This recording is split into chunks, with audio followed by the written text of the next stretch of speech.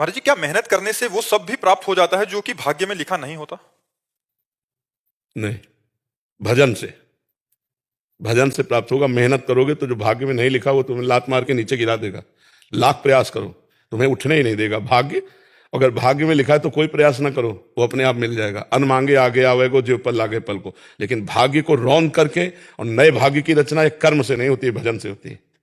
अगर आध्यात्मिक भजन नहीं है, तपस्या नहीं है, तो इतनी बड़ी सामर्थ्य इन साधारण तुच्छ पुच्छ कर्मों में नहीं है कि तुम्हारे कर्मों को मिटा करके नए भाग्य की रचना कर दे। ये साधारण कर्मों में, ये असाधारण आध्यात्मिक कर्मों में है, जो भगवान के चिंतन, भगवान का भजन, परहित, ये सबको सुख देने की भावना, अपने को खूब कष्ट पूर्वक जीवन व्यतीत कर, अब आप नए भाग्य की रचना कर सकते हैं।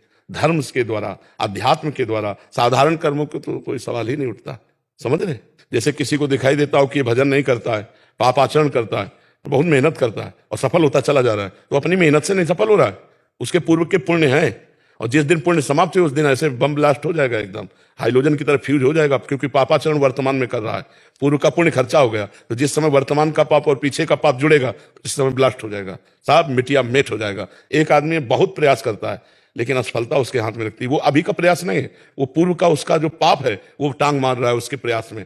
और जिस दिन इसका अभी का प्रयास और पूर्व का पुण्य मिल जाएगा तो ये क्रॉस कर जाएगा, उन्नति को प्राप्त हो जाएगा। लेकिन भजन ऐसा है कि पीछे आगे सर्व मंगल करने की सामर्थ्य रखता है। अगर हम राधा राधा राधा नाम जप करते हैं, दूसरों का हित करते हैं, कोई पापाचरण नहीं करते, अब तुम्हारा मंगल हो जाएगा। महाराज जी, दोनों तरह के उदाहरण देखे जाते हैं। बहुत करोड़ों की संपत्ति है, एकदम गिर गया। हाँ, और बहुत ऐसे भी देखे जाते हैं, बहुत मेहनत कर रहे हैं और उसके बाद भी प्रयासरत होने पे भी 5-5 बार जाकर भी असफल ही हो रहे हैं महाराज जी।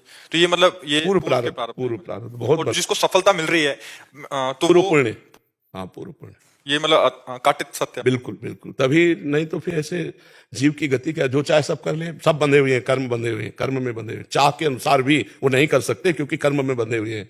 और भजन करने वालों में चाह ही खत्म हो जाती है। जो भजन करते हैं उनमें चाह ही खत्म हो जाती है, तो उनमें चाह रहती नहीं। और जिनमें चाह रहती है उनसे भजन होता नहीं, तो चाह के अनुसार फिर प्राप्त करने के लिए पावर नहीं। अब जितना पुण्य है उतना आप कर सकते हो, यहाँ उतने लाभ ले सकते हो, इसके आगे नहीं ले सकते। जितना पाप है उतने दुख मिलेगा, इसके आगे तुम्हें चाहे कोई की दुख देना तो नहीं दे सकता है। महाराज जी, ये तो रहस्य की बात है। वैसे व्यवहारिक बुद्धियों के लिए तो कल सत्संग में था, जनक जी ने जब प्रश्न किया 9 योगीश्वरों से कि मैंने कर्म के विषय में सनकादि से प्रश्न किया था बचपन पे, उन्होंने उत्तर नहीं दिया। तो उनका इसलिए उत्तर नहीं दिया, उस समय तुम्हारी बाल बुद्धि थी। और कर्म बड़ा सूक्ष्म होता है, बड़ा रहस्य है कर्म, तो इसके लिए तुम्हें सयाना होना चाहिए, तुम्हारी बुद्धि प्रवीण होनी। अब तुम बोलो, अब मैं तुम्हें उस प्रश्न का उत्तर देता हूं। तो 9 योगीश्वरों ने कर्म के रहस्य का उत्तर दिया था।